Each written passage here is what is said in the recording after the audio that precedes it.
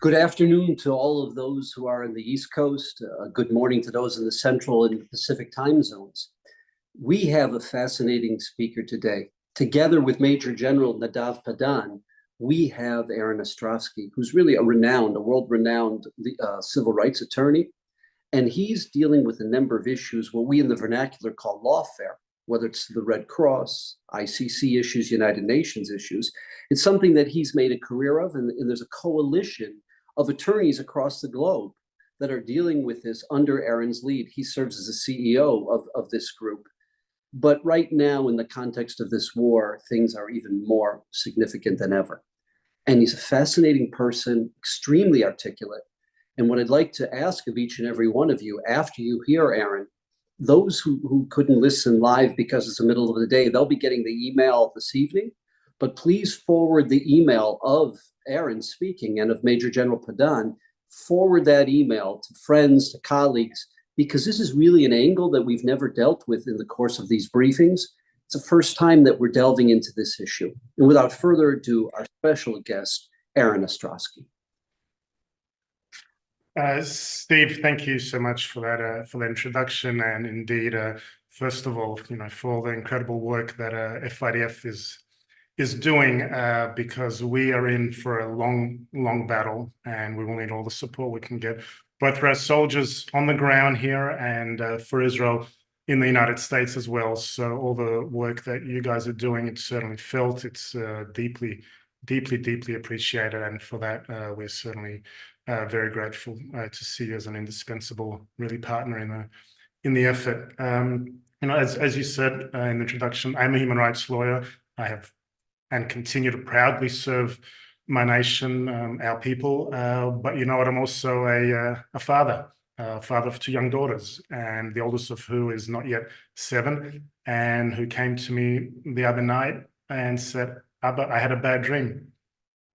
And I know exactly already what their dream was. She says, "Abba, I dreamt that the bad guys took me.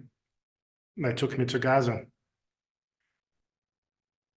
We teach children that monsters exist only in books, but the reality is that they exist in real life. And as long as our hostages, our loved ones, remain in captivity in Gaza, they will continue to exist, and they will continue to exist until we return our hostages and eliminate Hamas from Gaza as well. Why do I say this? I say this because in so many ways we here are all affected one way or another. This is not a war in an abstract. We all know someone who's either been tragically killed, kidnapped, hurt, or who's missing. And I know you guys feel it too, as both as passionate Zionists and as Jews in your own community, with your support for Israel and for the IDF. And I'm cognizant also of the fact that anti-Semitism, as a result of the war that Hamas launched against us, has surged in the United States, especially on campuses and in circumstances today, which would have been one day unthinkable, but where calls for genocide of the Jewish people are now to be seen as something in context. I would suggest, or would say, it seems that overnight, somehow, everyone has become an expert in international law, in the Geneva Conventions, yet could hardly name to you one single article. Instead, what we have seen is a systematic and fundamental perversion of international law that has been weaponized as a tool to vilify Israel, to allow the masquerading of it as an excuse to engage in anti-Semitic behavior, and to portray Israel, and by extension IDF soldiers, as war criminals, as pariahs, as committing some of the most heinous crimes. That, of course, could not be further from the truth. There is only one side that is guilty here of committing international law violations, and that is not us. That is not Israel. That is Hamas, the Hamas ISIS terrorist group that initiated this unprecedented massacre against the Israeli people. We have seen crimes from every imaginable violation, from mass murder to rape to torture to mutilation to pillaging to indiscriminate rocket fire, to use of human shields, and of course, ultimately to taking of hostages as well. Every conceivable international law has been violated by Hamas. Ultimately, what they are doing is committing, quite frankly, a double war crime. They are hiding behind innocent civilians in Gaza whilst targeting indiscriminately civilians in Israel. That in itself is a double war crime. Golda Meir, who once famously said, she said many famous things, but she said, the world hates a Jew who hits back. The world loves us only when we are to be pitied. She said those words many, many years ago, but how true they ring today. We saw immediately in the wake of October 7th, the whole world really offer eloquent message of support and solidarity and unity with Israel. But the second that we hit back, as any sovereign nation in the world would, United States, any EU country, as any nation would, automatically and reflexively, the international community was up in arms. Automatically, Israel's actions are disproportionate. Automatically, we are committing suddenly grave war crimes. The world recognizes Israel's right to self-defense, as if we should be somehow grateful for that. The most basic and fundamental, not just rights, but really obligations of any sovereign nation.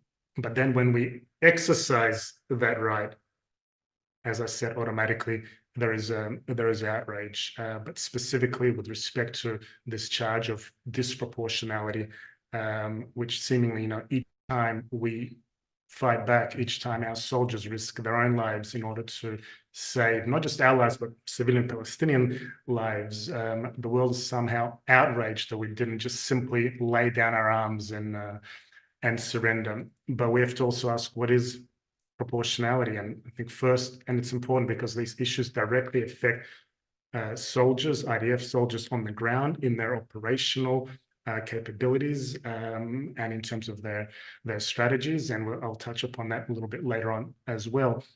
But firstly, we need to dismiss that proportionality is measured by some kind of perverse equivalence in casualties. It is not. If you kill 5 people, it doesn't mean that we can kill 5 people and that will be proportion. It does not work the way. It's not some kind of quid pro quo. But also we need to bear in mind that what can ever be a proportionate response when our children, women, loved ones, mothers, fathers, grandfathers have been literally mass executed, raped, mutilated, taken hostage? What can ever be proportionate response?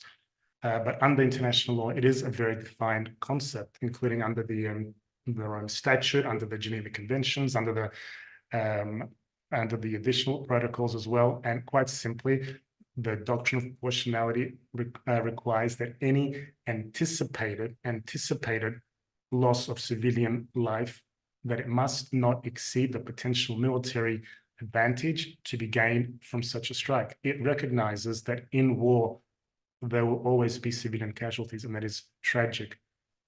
However, in relation to Israel's current military operations, we have to be very clear. There is a very precise and definitive goal, and that is bringing our hostages back and eliminating Hamas, a genocidal terrorist organization that seeks our destruction. To state the obvious, saving the lives of millions of people is legal, is just, and is moral under international law.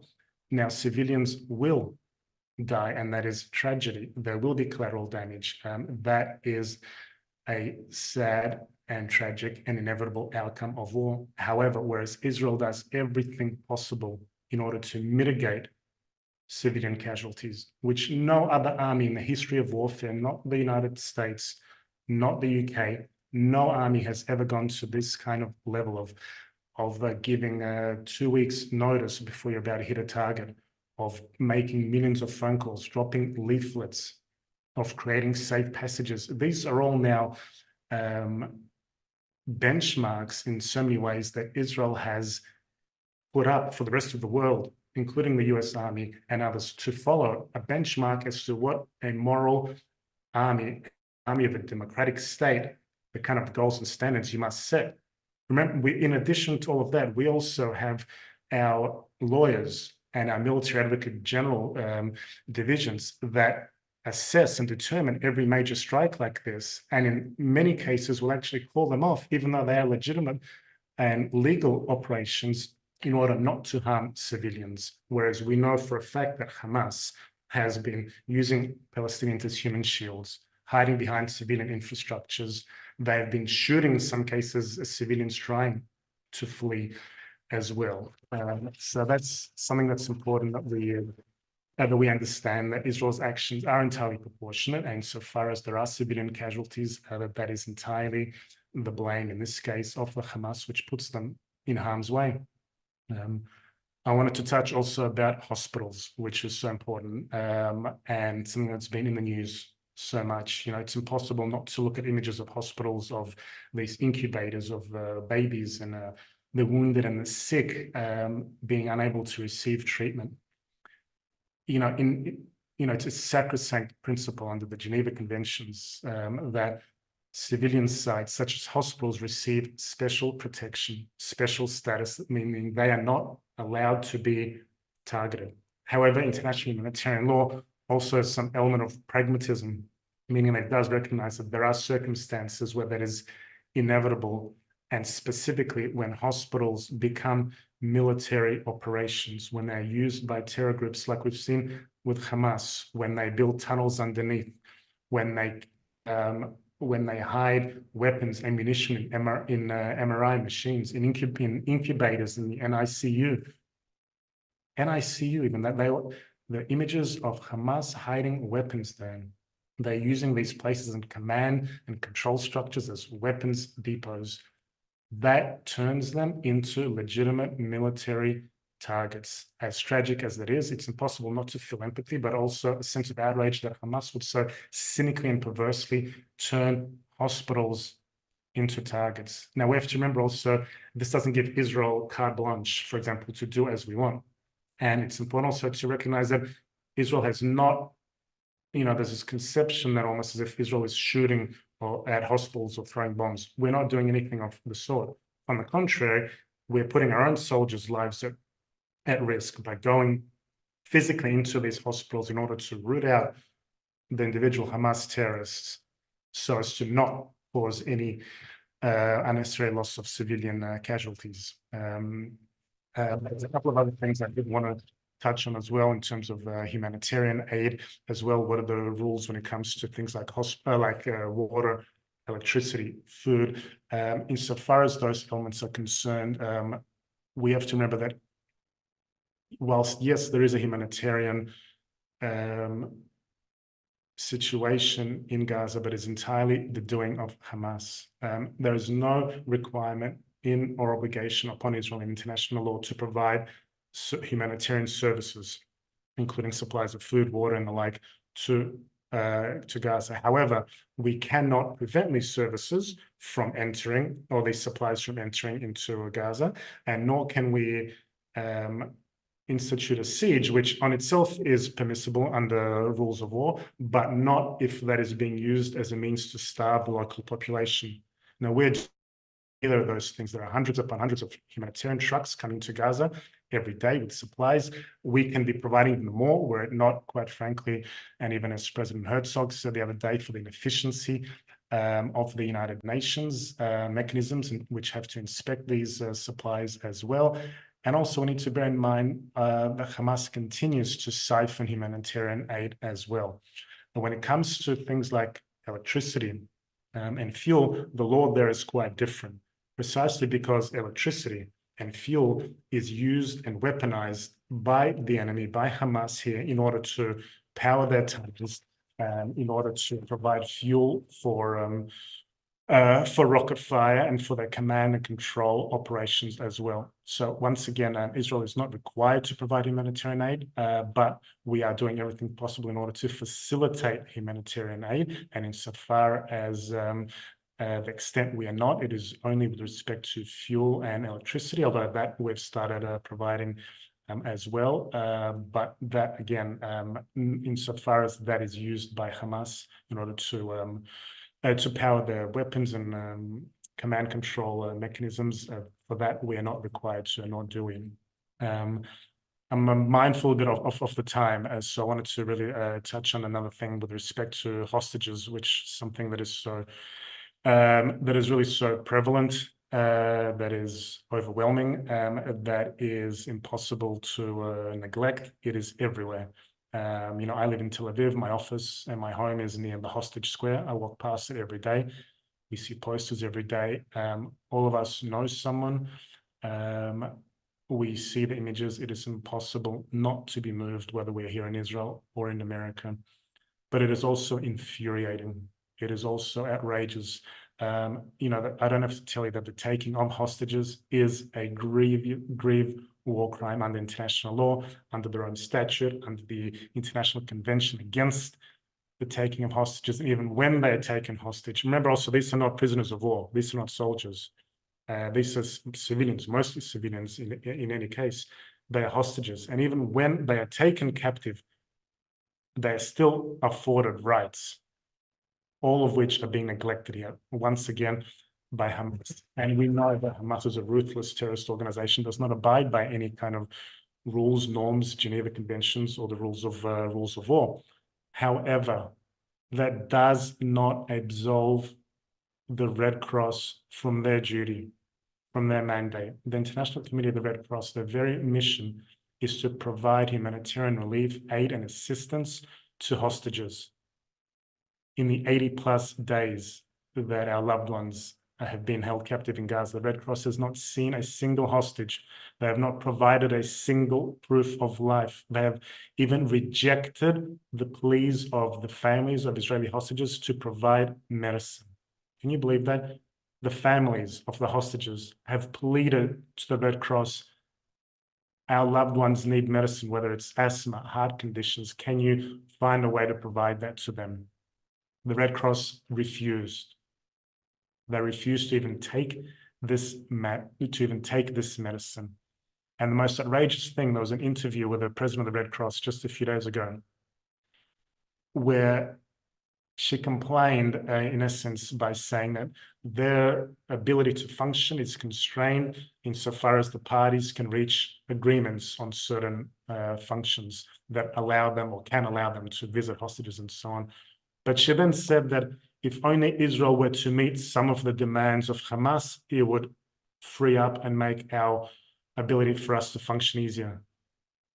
Can you comprehend that? She's actually saying, the president of the Red Cross is saying, if only Israel were to meet the demands of the very terrorist organization that massacred, butchered, burnt, raped, mutilated, and took our loved ones hostage, if only we were to meet their demands, as if this is some kind of two equals, which of course we are not. One is a liberal democracy and the other is a bloodthirsty ISIS-like jihadist terror group. Now, the Red Cross is an organization with a long history of abandoning the Jewish people in the Holocaust, and they're abandoning us again today. They have an unwavering commitment to neutrality, as they say, but the fact of the matter is they are unwaveringly absent when it comes to Israeli lives. They are unwaveringly absent. Their role having been relegated, quite frankly, to no more than an Uber driver, a taxi driver. That is not their function. They're meant to be in Gaza. They're meant to be insisting on seeing hostages. They're meant to be insisting on using every power at their disposal to provide medicine, to provide proof of life, to provide information as to the whereabouts, but they've simply given up, and that is the reality.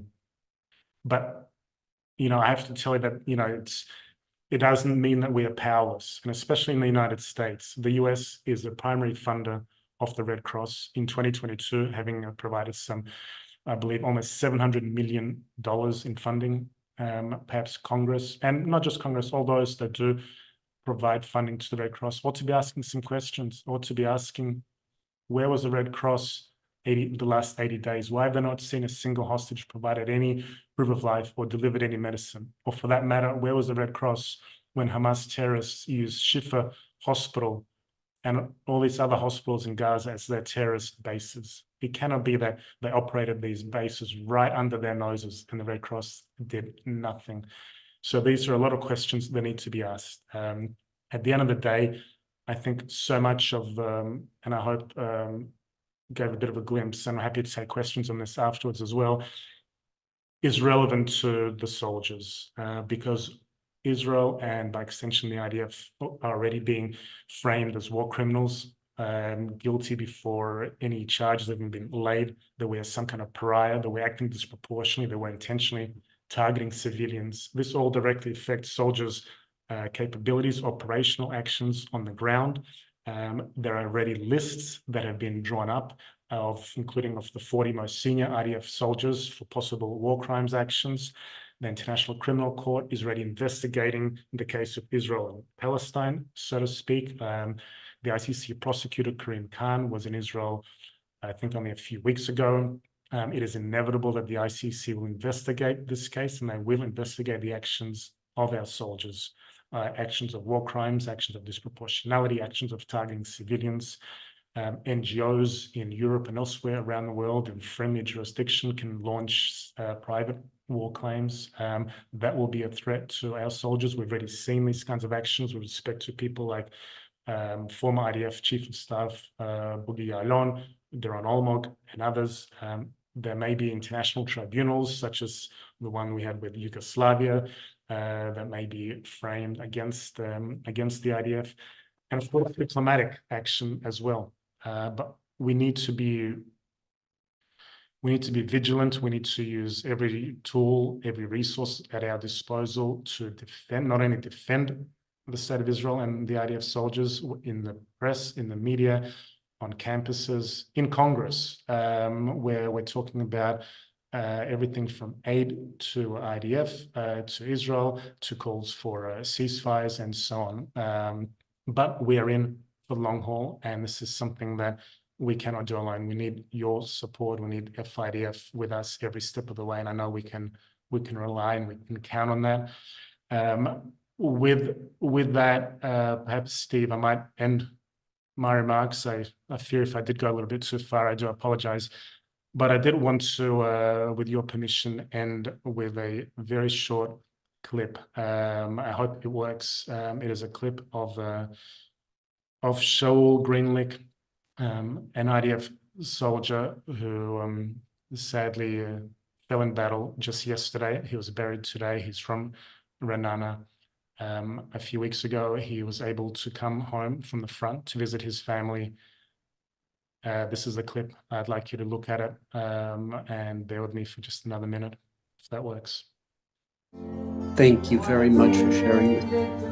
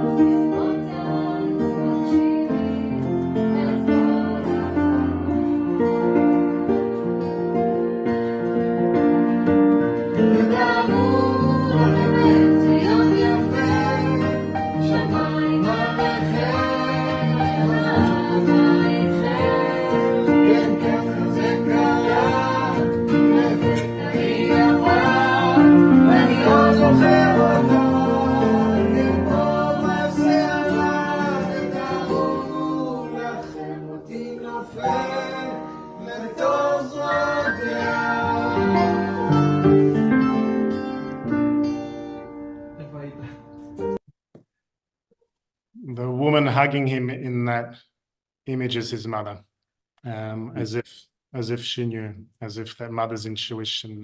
In the lyrics, there's a line there that says, "Imagine me falling into her arms." This is a song by Shlomo Artzi, in which he writes and sings about a longing for a beautiful and a peaceful world without sadness and pain. May we all see such a world in our time soon.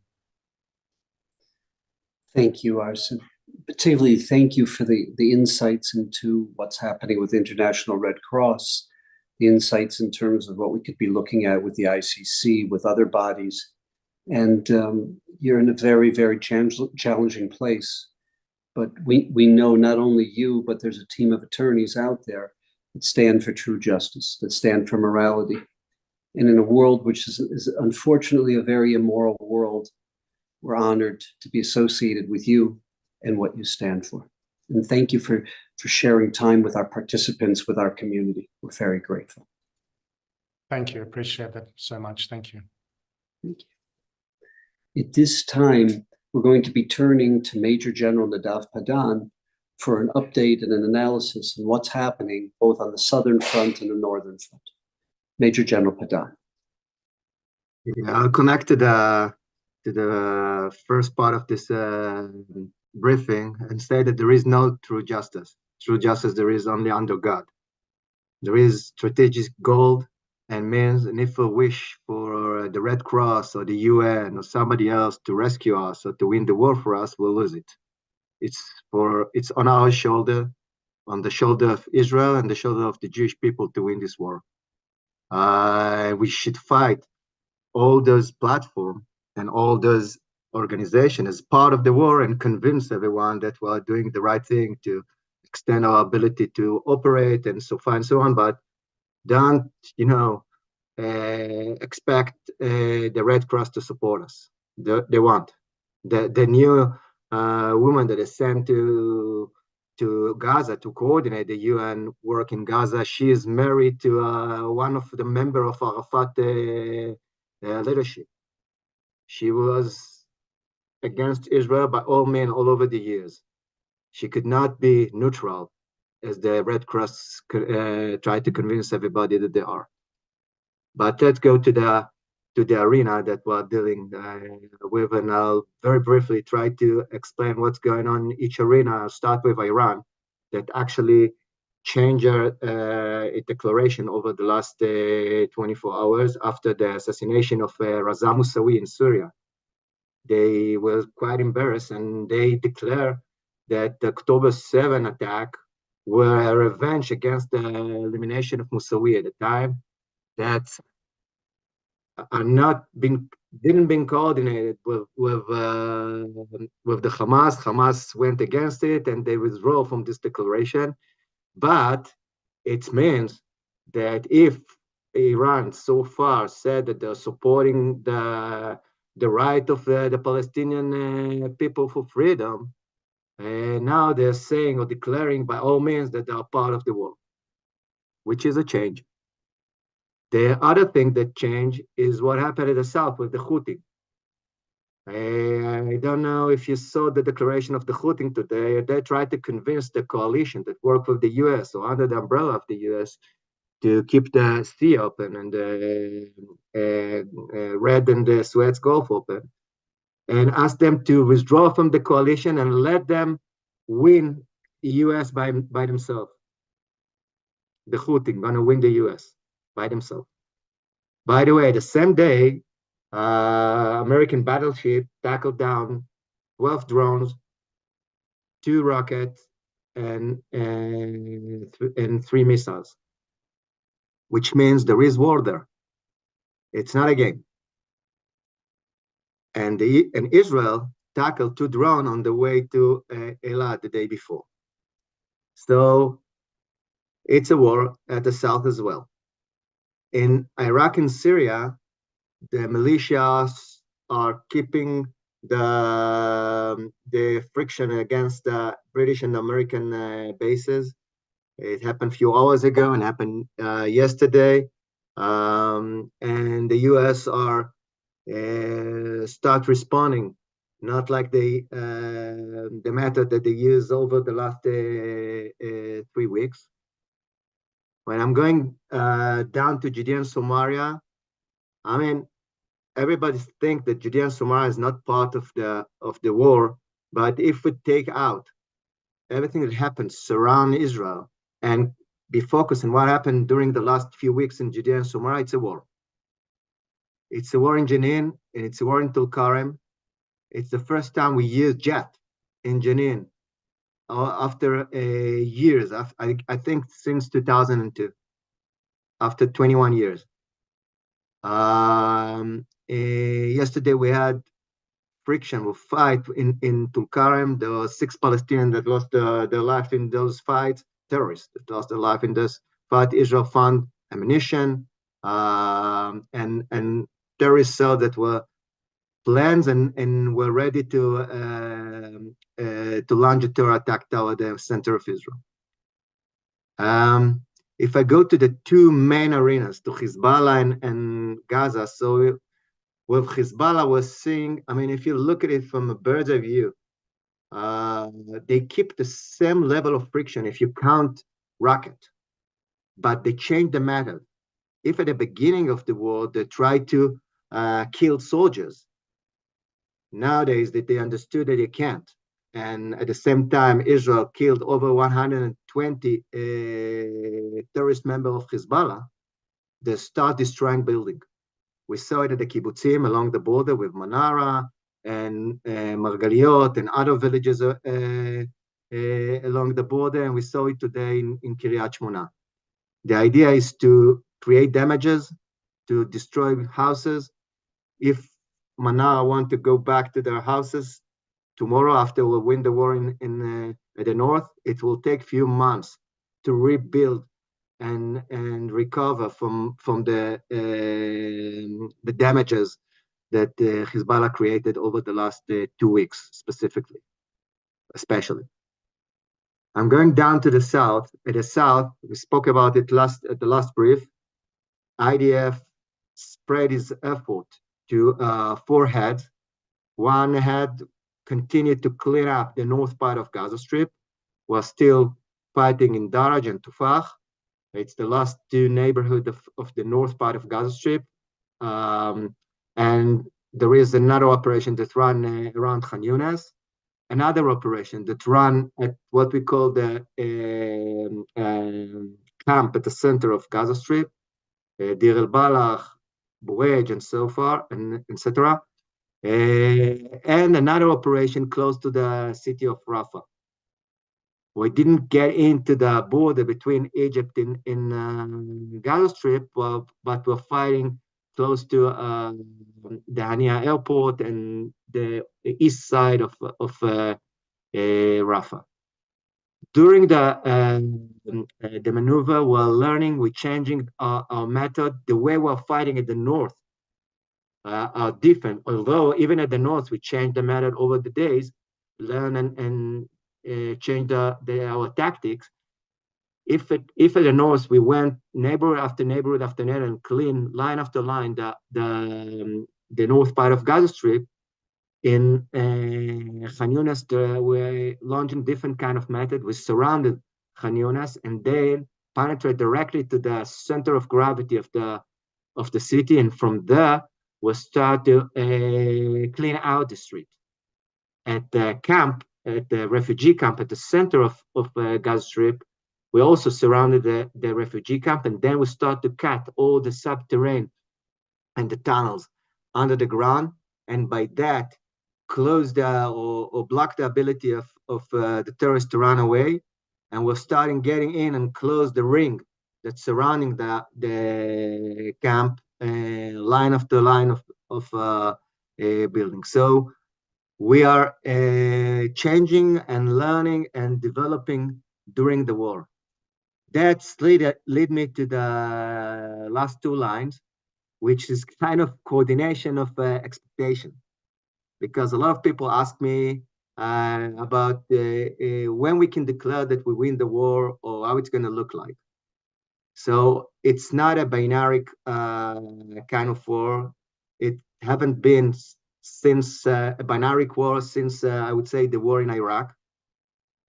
It takes time to look back from retro perspective and say we achieved that, and that. And our achievement will be to create different kind of leadership in Gaza Strip, to destroy the Hamas as a terror organization. I'm opening a window. It doesn't mean that there will be no Hamas in Gaza Strip. It means that it will be less organized, more or less like Hamas look like in Judea and Samaria, and we'll have to fight against Hamas cells inside the city of Gaza Strip in different kind of method, in break, in different kind of operation, maybe without all the strike and the amount of ammunition that needed right now to get into the center of the city. Maybe it's going to be easier. I think it's going to be easier. And then after a few months, we could say that the level of friction and ability for the IDF to create normal life along the border, along the envelope of Gaza, that will be the time that we can declare that we win the war, and now we have to continue with our long operation to clean the streets of Gaza Strip.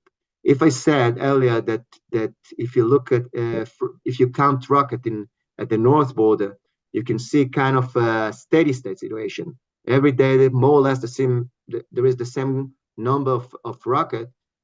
We can see dramatic decrease in Gaza Strip. If I don't count the October 7, just count the 10,000 rocket, a little bit more than 10,000 rocket have been launched since the October 8, we can see every day decrease of number of rocket and decrease in the quality of rocket that been launching. If the days at the beginning of the war started with hundreds of rockets and then thousands of rockets toward the envelope of Gaza Strip, and every day, well, at least twice, long-range rocket to the center of Israel, now we can have almost a week or few days without one rocket that launching to the center of Israel, and a small number of rocket and mortars that launch toward the envelope of Gaza. So we can start see the effect of the maneuver into Gaza Strip. Regarding the pressure and the negotiation about ceasefire or negotiation to release our hostage in Gaza Strip, I must tell that there is a huge gap between Israel and Hamas. Hamas obviously want ceasefire and want to make sure that Hamas is safe and can control Gaza Strip, and we cannot allow Hamas to control Gaza Strip. The Egyptian came with another offer today. Israel are learning it. The Hamas is learning it.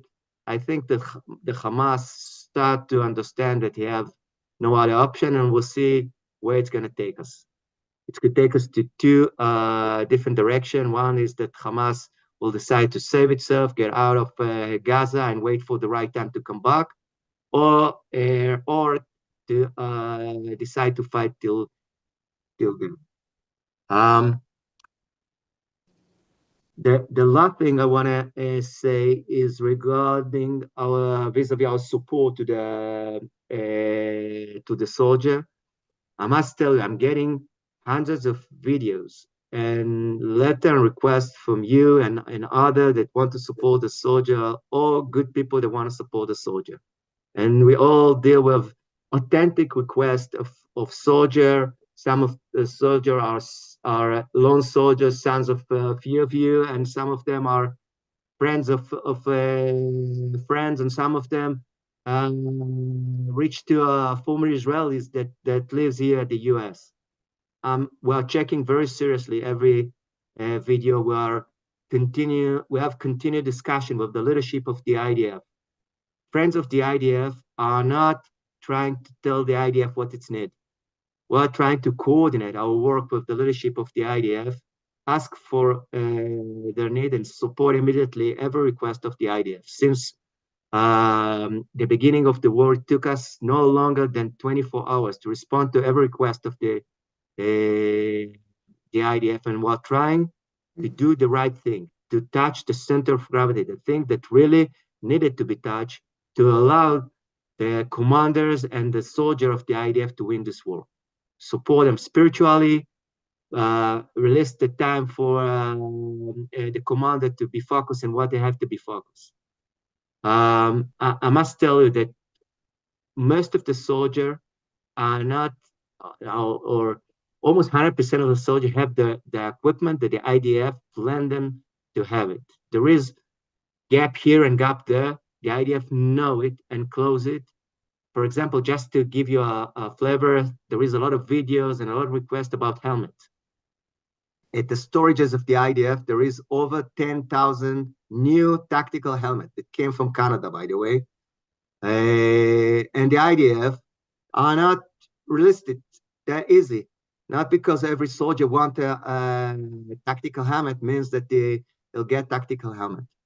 Some of the requests is like I would say like a college son that asks for a new car. You have a car, you will be more than happy to get a new one, but doesn't mean that it needed. And if you have an extra $500,000, put it at a place that will change his life by paying for extra study at the university or whatever. We are trying to be focused with answering the request of the leadership of the IDF, and I'm saying it with full understanding that all of us trying to do our best to support the IDF, and all those requests are authentic requests, and your letters and questions that's been sent to me and other workers of the FIDF the request come from the right perspective.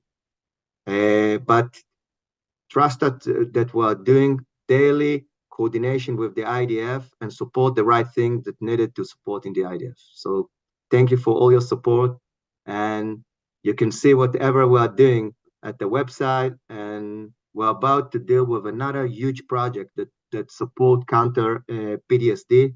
We're dealing with other things that need to be supported, and the FIDF with the IDF and with the Minister of Defense right now running two huge projects to support soldiers and veterans that suffering PTSD, or launching project with the IDF to prevent from soldiers to get to the situation that are suffering for PTSD. So we are running great project with the IDF right now, and it's because of your support and your love and care about what happened in Israel. So thank you for allowing Israel to win this war.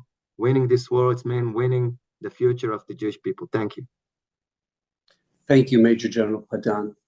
Yes, as the Major General said, the PTSD therapies are first and foremost detection, early detection to prevent it from becoming acute, as well as treating and taking care of the acute and the subacute forms of PTSD, setting up centers all over the country, all over the state of Israel, so that no matter where one lives, they're close enough to a center.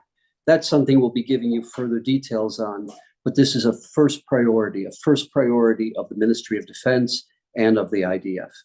Major General Padan, the two communities to the east side of northern Gaza that you mentioned, where Israel first started with strategic airstrikes, now you have foot soldiers, you have a ground battle in those two communities.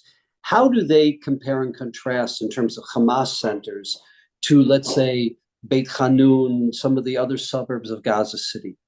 I know that they were left, to a point where they were not necessarily a focus, a target, until after the IDF went into Khan Yunis, until after the IDF went into central and southern Gaza. But now that they're a point of battle, can you describe to us the nature of those two communities, what kind of Hamas presence there are in those communities? Are you speaking about Daraj and Tufah? Yes. So Daraj and Tufah are not as crowded as Jabalia and Sajaiya, and not as strong as vis-a-vis the existence of Hamas as Sajaiya and Jabalia, but they've been used as a headquarter. All the towns that surrounding Gaza Strip, and in a way creating the front line of Gaza Strip against Israel, were with bases and subterranean system but there is no a brigade headquarters in those neighborhoods like there is in Jabalia and Sajaya. I don't want to get into I would say intelligence that I'm not allowed to share, but there is a reason for the order of the maneuver. We could get into those neighborhoods earlier. There is other issues that we're trying to achieve during the war. If it is attacking a leader of Hamas, if it is to rescue our hostages. So there is other intelligence that run in the IDF system and in a way change the priority and the timeline of the maneuver. So we didn't take those two neighborhoods only at the last part of the North Gaza maneuver because there were big headquarters in those neighborhoods. There were different reasons for that. And then the last question we have for you, relative to the update that you gave us on Sunday, what have you been seeing over the last 3 days in terms of the amount of rockets, the kind of targets that Hezbollah is using, whether it's anti-tank mortars, whether it's rockets, the attack on northern Israel from the Hezbollah? Have you seen it plateau? Have you seen it go up? What's your take on this? So, as I mentioned, there is kind of steady state in the numbers. The change is not in the numbers of rocket. The change is in the kinds of rocket and the target. Hamas, as I mentioned, understood that it cannot kill soldier, not in the number he wishes. And he changed his target from soldier to buildings. So he used two main tools. One is anti-tank missiles that run close to the border. Those missiles have a range of there is two kinds, between 5 to 9 kilometers.